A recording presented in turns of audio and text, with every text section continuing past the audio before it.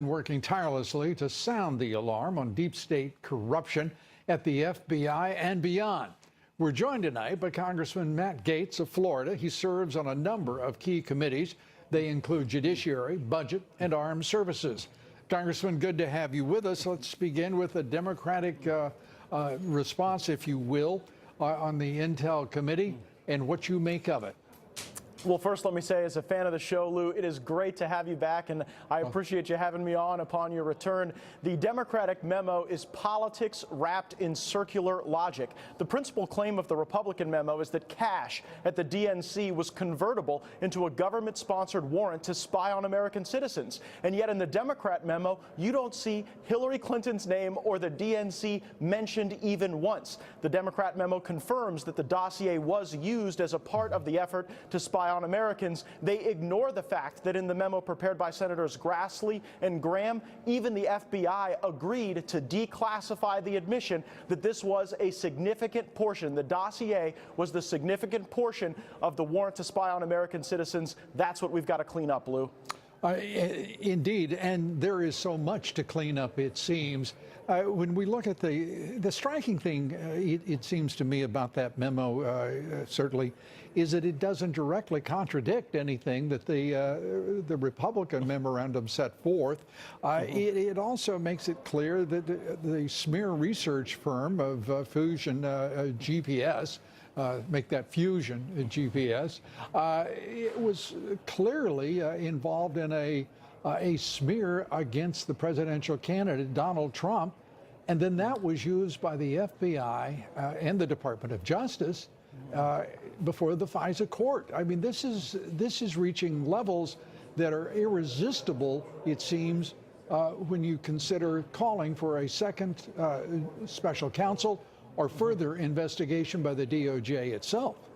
Well, you're absolutely right, Lou, and the Democrats trying to explain the FBI's conduct are in a rhetorical tailspin. I recall when Adam Schiff was reading the dossier into the record as if it was the Magna Carta, and now all of a sudden you have him trying to de-emphasize the role of the dossier in getting the warrant to spy on American citizens. So time and again, Democrats have been inconsistent. They've fought against transparency, and we've got to drain this swamp by finding out who was engaged in these improper practices, and there need to be real consequences. And I think some people will go to jail. Yeah, and certainly it appears that a large number of people perhaps even may be on their way to jail. And talking about reading that document as if it were the Magna Carta, Adam Schiff, whom the president has categorized as a bad guy, is also the same fellow who was calling for accountability on the part of President Obama, acknowledging in the earliest days of these competing, if you will, contrasting memoranda from first the majority party, the Republican Party, and then now the Democratic Party, making it clear that President Obama bore great responsibility for not responding to intervention in our elections.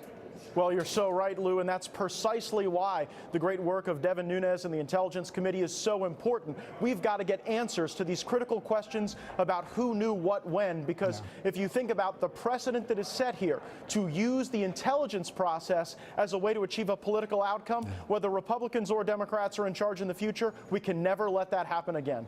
And Devin Nunes, the chairman of the House Intel Committee, who's done heroic work here, he said it absolutely correctly. We have a secret court that is now politicized, has been exploited for political purposes by the Obama administration, and without anyone being held to account. Do you think that will change in the ensuing weeks and months now?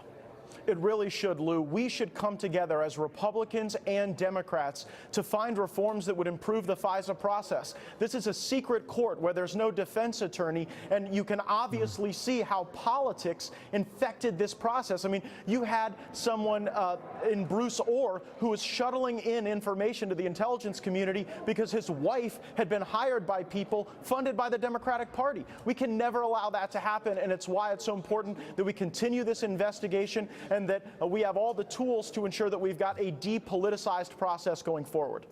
And as you well know, it's interesting that we are now only in what Chairman Nunes calls phase 2 but certainly an island unto itself. The U.S. State Department has gone all but unexamined in this process, and well, that's going to change, Lou. There were elements of the State Department that functioned as a wing of the Hillary Clinton for President campaign, shuttling information. And I think that as we learn more about the role of the State Department and the extent to which they intertangled with the web of Hillary Clinton conspirators, we'll learn exactly what we need to do to drain the swamp at the State Department and ensure that it is not subject to this type of political influence. Most of the people who work for the FBI and the State Department do a great job on the front lines, but at the head shed during the Obama-Clinton tenure, there was far too much politics, and that's what we've got to fix during the Trump presidency. Congressman Gaetz, thanks so much for all you're doing, all your hard work, and good to see you here tonight. Thanks so much. Good to see you. Matt Gaetz.